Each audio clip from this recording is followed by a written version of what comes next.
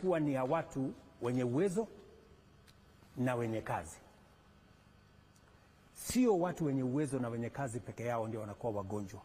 Wakenya wote wanakuwa wagonjwa.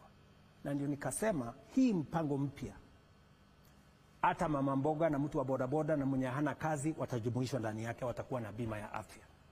Na tumesema kinaga ubaga ya kwamba kila mtu, kwa sababu ni bima, atalipa kulingana na uwezo wake.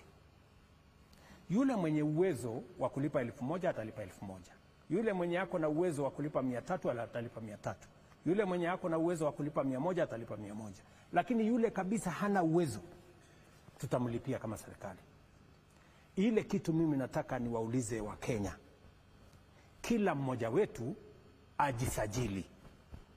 Ukijisajili ama ukijiandikisha, sasa itafanyiwa